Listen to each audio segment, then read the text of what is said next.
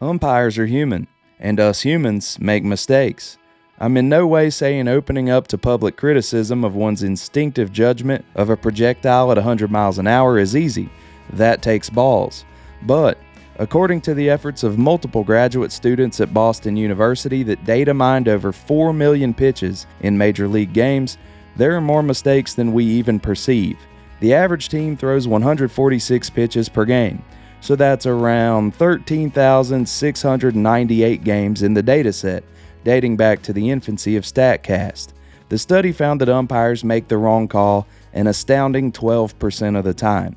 The error rate more than doubles in two-strike counts, 29% wrong calls in higher leverage situations, which, as you could imagine, has a major impact on the win probability for certain teams.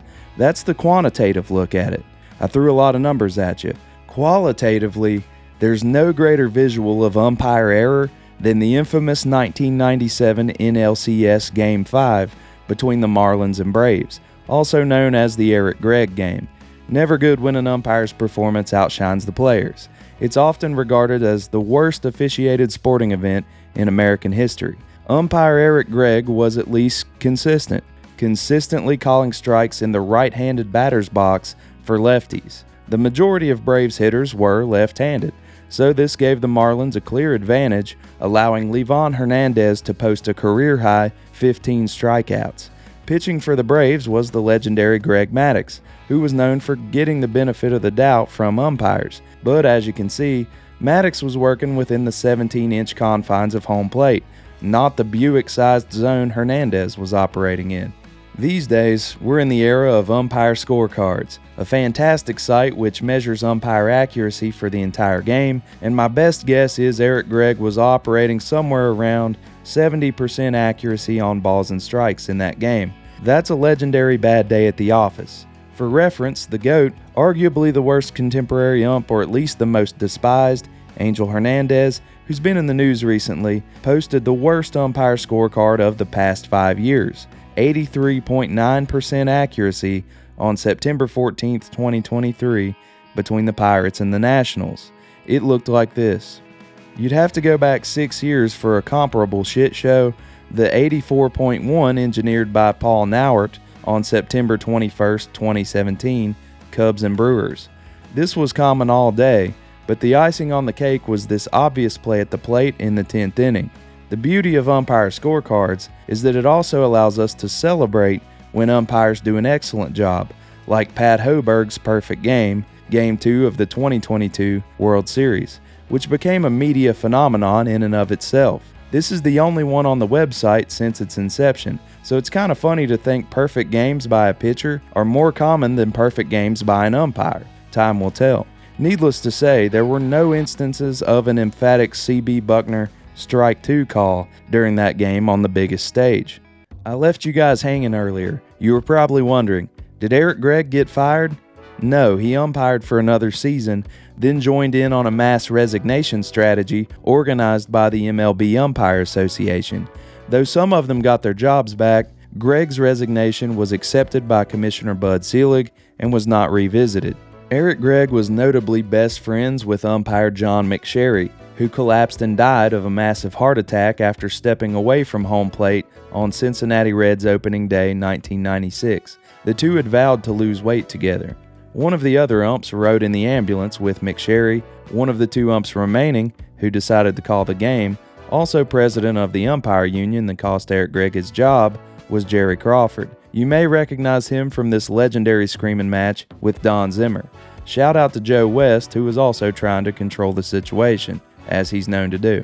A family of officials, Jerry Crawford is the brother of NBA referee Joey Crawford and the son of longtime MLB umpire Shag Crawford. Shag served in the Navy during World War II and was notably aboard the USS Walk when it was struck by Japanese kamikaze. In those days, a thick-skinned hero of war was the ideal individual to call games, well, because in the era prior, it wasn't uncommon for umpires to be physically assaulted. For example, Baltimore installed a barbed wire fence in 1884 to deter unwanted fan behavior. Umpire Billy Evans was once knocked unconscious by a flying glass bottle. He's also known for engaging in a multiple-round fist fight with Ty Cobb that began during the game and continued in the locker room after. An umpire named Jim Rice was quoted as saying, "I've been mobbed, cossed, booed, kicked in the ass, punched in the face, hit with mud balls, and hit by glass bottles." To me, this context makes the moment in 1982 when Jim Rice of the Red Sox came to the rescue of a young boy struck by a ball very profound. A how can you not be romantic about baseball moment. A player with the same name as an umpire who sacrificed everything for this game at the hands of the fans, going out of his way, out of the dugout to get a young fan immediate medical attention with the team doctor. Back to Shag Crawford. He began umpiring in the minor leagues in 1950. Notably, the same year, the hilarious classic comedy Kill the Umpire was released, a great social commentary piece on baseball culture. He called his first major league season in 1956. He's one of those umps who's always seemed to be on the crew for big moments. He was there for Sandy Koufax's third no-hitter, and you may have seen this, he was also behind the plate for this bizarre moment where Bill Madlock is out of the box arguing with him, and he just tells the pitcher to go on and pitch, ringing him up for 2 strikes before he gets in the box. This eventually results in a melee between the Cubs and the Cardinals, just one of many legendary run-ins in that rivalry. Shag was a product of old-school baseball, and therefore he gave fans, players, and managers a short leash. He also ejected Earl Weaver without him leaving the dugout in the 1969 World Series. I'd like to attribute this as one of several moments that made Earl the big red rash on the ass of American League umps for decades to come. Baseball's a game of gravity. For every reaction, an equal and opposite reaction. For every no-nonsense Shag Crawford, an Earl is born. The duality of manager and umpire is spiritual, and it's as old as the game itself. It's derived from a time when winning simply meant more, when leaving blood, sweat, and tears out there in the dirt was symbolic of the American spirit. It's been quite the come-up for umpires, from a status as upbraided, abused pariahs to the current-day umpires who make more than most of us and get to negotiate their labor. And I hope what I've conveyed here is that the same humanity that mistakenly calls ball 4, strike 3, is the humanity that rides in the ambulance with their co-workers, and the humanity that pulls little leaguers from dirt devils. At every level of baseball, there's a staff who makes sacrifices in their own lives to uphold the sanctity of the game. In more and more ballparks, looming overhead of the umpires is the matte black box that could one day spell the end for their profession. TrackMan processes information in ways humans can't. It takes real-time data from the batter and adjusts the strike zone accordingly. In 2019, Major League Baseball used the Atlantic League of Professional Baseball as an experimental ground for robot umpires, but accuracy was still an issue. It was like the machine had a vertical blind spot at times. Here's Frank Viola getting tossed. If anyone should know the strike zone, it's a Cy Young winner. TrackMan was implemented in a way that umpires were still involved behind the plate. Immediately after each pitch, a robotic voice would be delivered through an earpiece that the umpire would relay to the players on the field. Some of the umpires even admitted that this machine guidance helped them evaluate their own strike zones and that it would be great for the game. But isn't that how automation always takes over in the workplace? It's never a wholesale firing of the workforce followed by a wholesale replacement by machines. It's usually a strategy where the company presents workers with a helpful new tool to improve their performance or to ensure safety. It's wrapped with care and good intentions, but eventually, sorry, budget cuts, collect your things. It's a gradual process to downsize the workforce. And sure, the employees who remain can now be compensated better and enjoy improved benefits packages for the time being until they're replaced too. American labor won't dive headfirst into a machine utopia. It takes time. It'll happen to guys like me. ChatGPT will write all baseball essays, and AI voices will present them to the audience. It's already happening here on YouTube, and I'm not sure what creative people can really do about it. The restrictions on the quality of the air we breathe won't be lifted overnight, just whittled away, as the clouds won't instantly absorb the pollution we nonchalantly spill on the landscape. Our education system won't fail on a pre-selected day. We'll just spend years lowering the standards. Our literacy rate gradually plummets. free thought is lost, and the idea of education itself becomes an afterthought. Law enforcement won't fail to protect us overnight. They'll spend years dwelling on divisive politics before they finally decide that we, their neighbors, are now their enemy, not the system that brought them to our driveway in the first place. Our ability to afford food, housing, and a general dignity of life won't be taken overnight. All those things will gradually become more scarce in a bloated, top-heavy economy as we loot for necessities at the bottom. Enjoy your freedom. Enjoy a day at the ballpark. Enjoy a $12 fucking hot dog. Just remember that you and the poor guy behind the plate are in this together.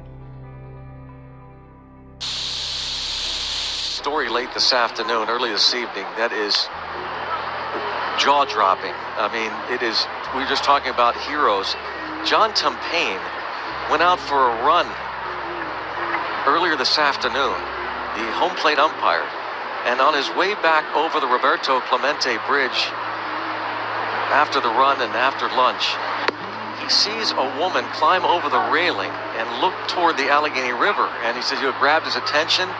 He asked a couple in front of him what the lady was doing. They didn't know.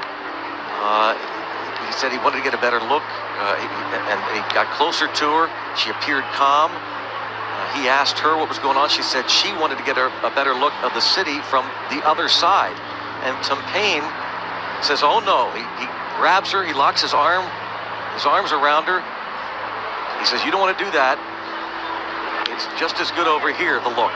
And let's go grab some lunch and talk. And she says, no, I'm better off on this side. Just let me go.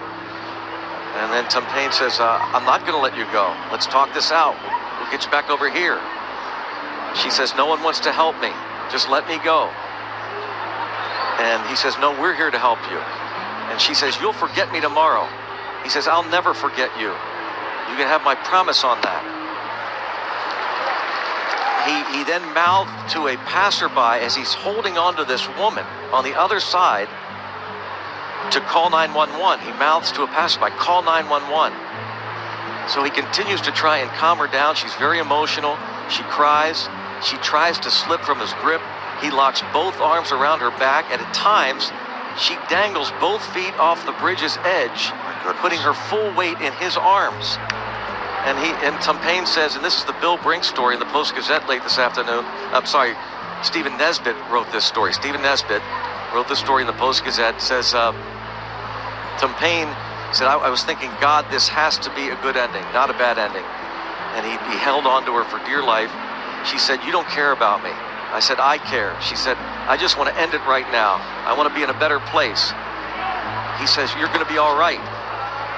Then another man came by, helped grab the woman's arm. Another pinned her ankles against the bottom rail. Eventually, the police boat arrived, then a helicopter, an ambulance, a fire truck, police officer. They put a life preserver on her. They handcuffed one of her wrists to the bridge. And John Tumpane said, I was just trying to tell her it was going to be all right. There's help. We're going to be better if she can get back to this side. He said, I said to her, all these people here, look, all these people want to help you. We're all here for the right reasons. We want to get you better. She was finally lifted back over the railing, placed on a mat. There's the second out, and Chavarria can't go anywhere, and a strong throw to the plate. And then she was whisked away. But before she was whisked away, he knelt down next to her, tried to comfort her. He asked for her first name. She gave it to him.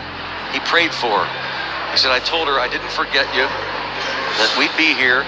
She's better off on this side than the other side.